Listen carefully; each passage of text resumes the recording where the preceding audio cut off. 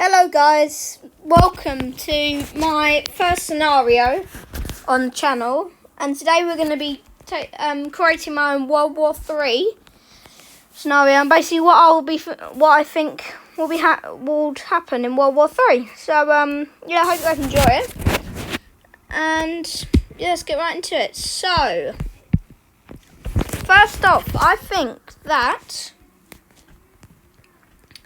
this war would begin between North Korea and South Korea because they've got a few tensions, and I would think that North Korea would start war against South Korea. Oh, that's the wrong blue. Oh. There you go.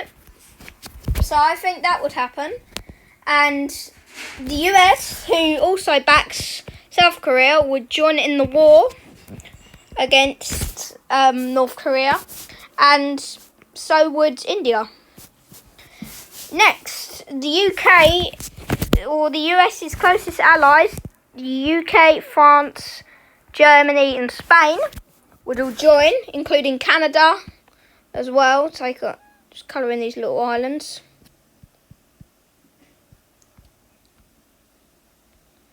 They're fine like that. And also, UK would start to call in its former colonies such as Australia and New Zealand as well, as it would make sense. This app, I wish I had paid.net. Right.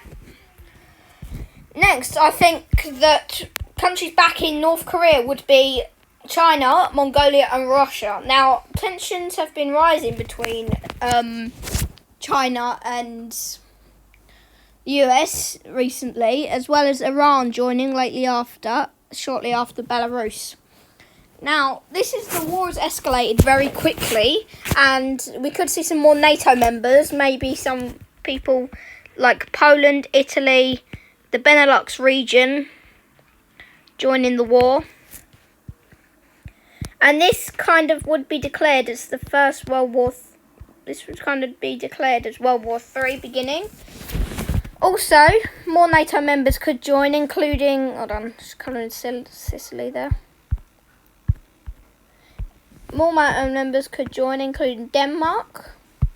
I hate this mapping app. Denmark and Norway.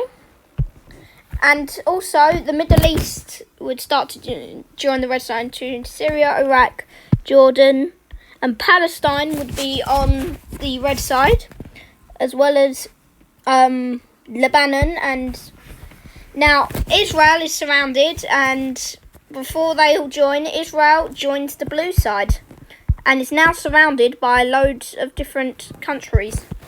So they would join the blue side, and Turkey backs them and joins the US and declares war on Russia.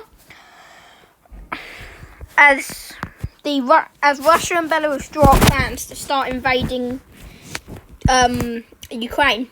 So Ukraine shortly finds out of those plans. In Ukraine, Moldova, if I can colour it in right. My God. Can I colour this flipping country right? As long as Romania, Bulgaria, Greece would also join the war after them. And plans would start to be pushed up, and eventually Belarus would start to cross into Ukrainian borders, but would not make very much progress, as Ukraine is very vast mountains and is a very cold place, as we've seen through the eastern coast. But after this, Mexico decides to join the red side and get hopes of gaining new land in North America and start their invasion very early. They barely crossed the North American borders and set up a stalemate, which looks like this. As Cuba gets ready to join as a communist country, followed by Russia. So the war's escalated very quickly. Now, there might be some more countries joining. Maybe, say, Brazil might join on the blue side, since they have kind of got an alliance with the US.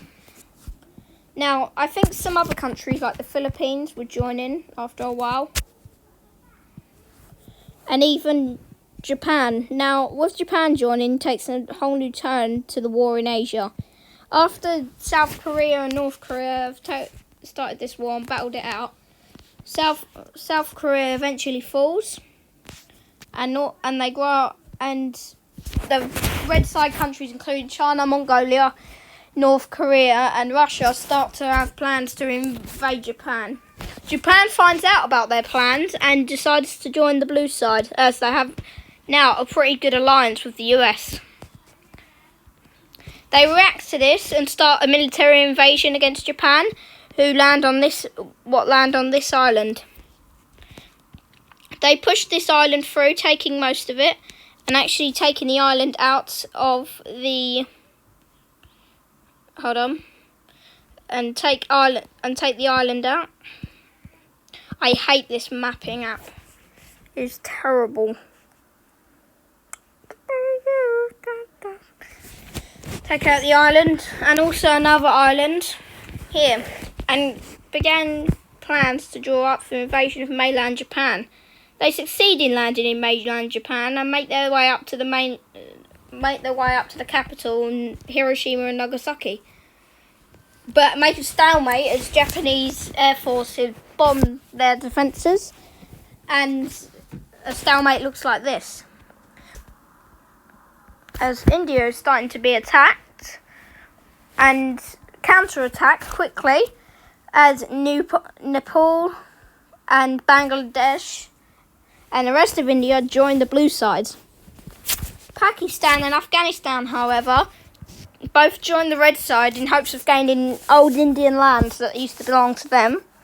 And all the Kazakhstans, like Turkmenistan, Kyrgyzstan, all join the war on Russian side. So it is not looking good in Asia, as every single Asian country, except India, has joined the war in the red side.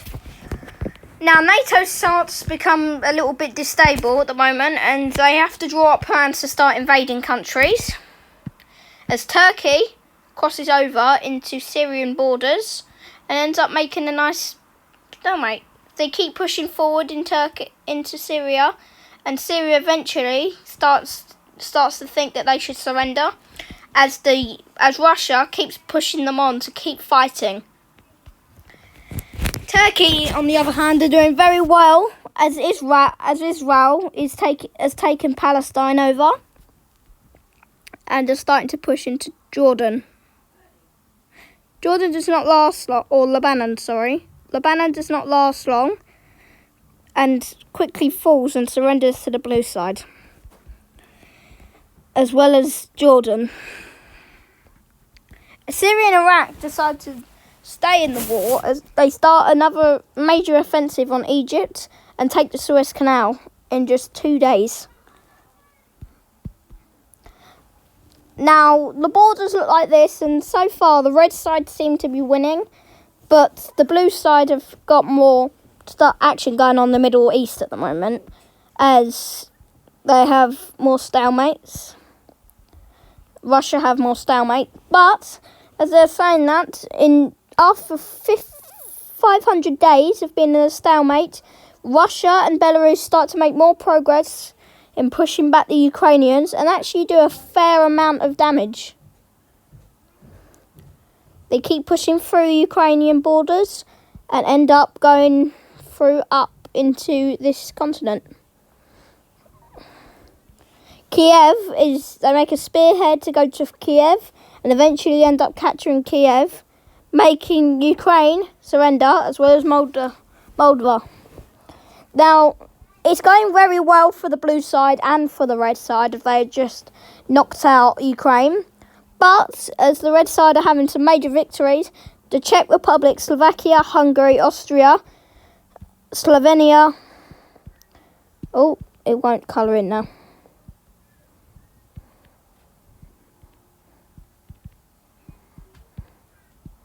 Seriously, it won't colour in. Slovenia, Croatia, Bosnia and Herzegovina, and Albania, North Macedonia, and Serbia, and as they would be known as Montenegro, but this is a pretty old map, so I haven't split up yet. would all join the blue side. Now, Switzerland have been known for being neutral a lot of the time, so they will stay neutral throughout this conflict. And I'd also like to think that nukes wouldn't be involved, because if nukes were involved in this conflict, this will be the last few days on humans on Earth. So, yeah. Now, as they say that, the blue side starts to draw up plans an invasion of Belarus and start to cross into the borders. They don't do very well, though, as Belarus is highly defended, as they saw this attack coming at some point. They make a little stalemate and start a spearhead, which doesn't do very well. But the spearhead is always going to be the best option, as they want to go for the capital city to maybe further weaken Belarus into making them join the blue side. But for now, this is what the war situation looks like, and this is what it would stay like for a year until another major conflict breaks out and Syria starts to push back the Turkish defences in their borders and actually does a fair amount of damage pushing them back. But Turkey holds still as they send more troops over to defend their front line. Also, Jordan is starting to get pushed into by Iraq, and Jordan ends up joining the red side again. But it does not go very well for Jordan, as we would see soon. Now, Saudi Arabia have kind of got a good alliance with the US, so Saudi Arabia decides to join on the blue side, as long as Kuwait and the UAE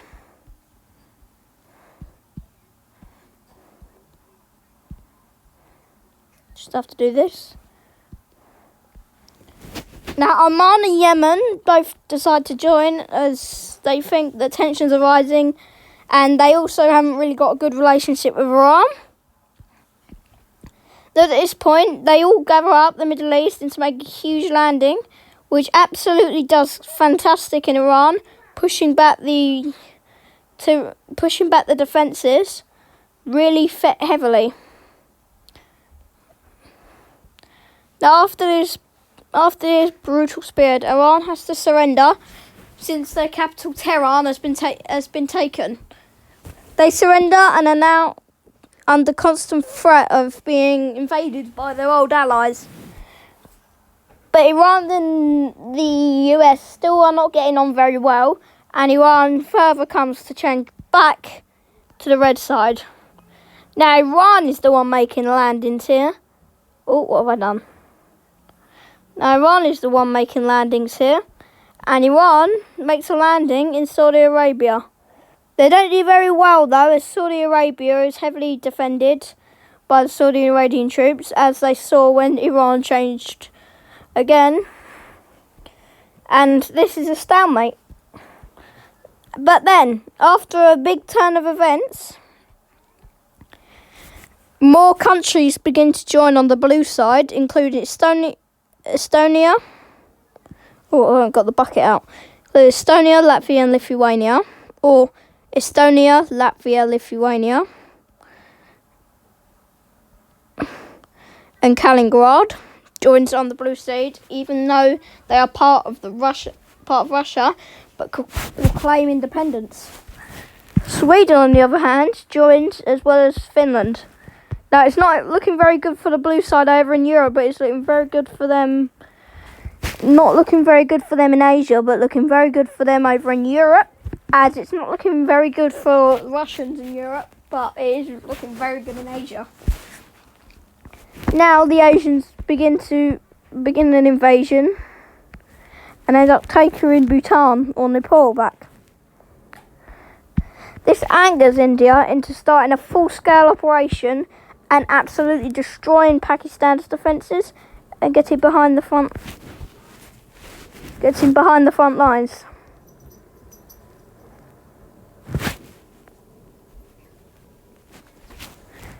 And then, after a massive turn of events, Pakistan ends up surrendering to the Indian army. Now, Pakistan is not got the best relationships with Afghanistan and decide to stay on the blue side.